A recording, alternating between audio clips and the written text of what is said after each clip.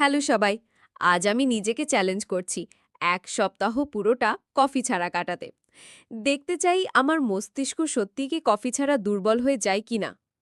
তাহলে চলুন কফি আর আমাদের মস্তিষ্ক নিয়ে কথা বলি। কফি তো আমাদের দৈনন্দিন জীবনের একটা অংশ হয়ে গেছে, তাই না? আমাদের বেশিরভাগ মানুষ কল্পগাই করতে পারে না দিনের শুরুটা এক কাপ কফি ছাড়া। আমরা বিশ্বাস করি এটা আমাদের জাগিয়ে রাখে, মনোযোগ বাড়ায় আর আরও প্রোডাক্টিভ হতে সাহায্য করে। কিন্তু কখনো ভেবেছ কফি না খেলে আমাদের মস্তিষ্কে কি ঘটে? আসলে ব্যাপারটা বেশ পরিষ্কার। সকালের কফি না খেলে যে ক্লান্তি আর আলস্য লাগে সেটা আমরা সবাই জানি, কিন্তু শোনা যায় কফি না খাওয়ার আরও গুরুতর প্রভাব মস্তিষ্কে পড়তে পারে। যেমন সতর্কতার অভাবের কারণে কাজে মনোযোগ দেওয়া কঠিন হতে পারে। নিয়মিত কফি না খেলে অনেকের মেমোরিতেও সমস্যা হয়, যেমন চাবি কোথায় রেখেছ ভুলে যাওয়া বা কী করার কথা ছিল সেটা মনে না পড়া। এমনকি অনেকে বলেন সাধারণভাবে মানসিক ধারও কমে যায়, সিদ্ধান্ত নিতে বা তাড়াতাড়ি চিন্তা করতে সমস্যা হয়। আর কফি হঠাৎ বন্ধ করে দিলে মাথা ব্যথা হতে পারে, সেটা তো ভুলে যাওয়ার নয়। গবেষণায় দেখা গেছে কফির ক্যাফেইন আসলে মস্তিষ্কের কাজের ওপর ইতিবাচক প্রভাব ফেলে। বিভিন্ন স্টাডিতে প্রমাণ হয়েছে ক্যাফেইন সতর্কতা, মনোযোগ আর মেমোরি বাড়ায়। এটা কাজ করে অ্যাডেনোসিন নামে এক রাসায়নিককে ব্লক করে দিয়ে, যেটা আমাদের ঘুম ঘুম লাগায়।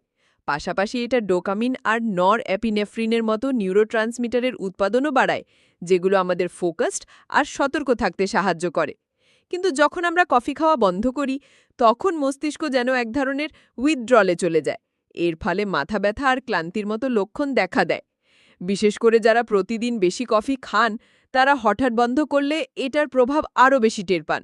একটা গবেষণা আমার দৃষ্টি আকর্ষণ করেছিল, যেখানে দেখা গেছে কফি পানকারীরা মানসিক দক্ষতার পরীক্ষায় নন কফি ড্রিঙ্কারদের তুলনায় অনেক ভালো পারফর্ম করেছেন। উদাহরণস্বরূপ, তাদের রিয়াকশন টাইম ভালো ছিল, মেমোরি রিকল ভালো ছিল, আর সমস্যার সমাধান করার ক্ষমতাও বেশি ছিল।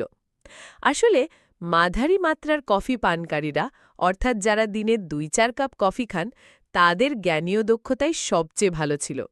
আর শুনে অবাক হবে, তাদের স্কোর ছিল নন কফি ড্রিঙ্কারদের তুলনায় প্রায় 10% বেশি। সুতরাং সারসংক্ষেপে আমরা দেখলাম কফি কিভাবে মস্তিষ্কের স্বাস্থ্যে প্রভাব ফেলে, সতর্কতা ও মানসিক দক্ষতা বাড়ানো থেকে শুরু করে কফি না খাওয়ার নেতিবাচক প্রভাব পর্যন্ত। আমরা আরও জানলাম কফির ক্যাফিন কিভাবে মস্তিষ্কে কাজ করে, আর কিছু আকর্ষণীয় পরিসংখ্যানও দেখলাম যেখানে কফি পানকারীরা মানসিক দক্ষতায় এগিয়ে।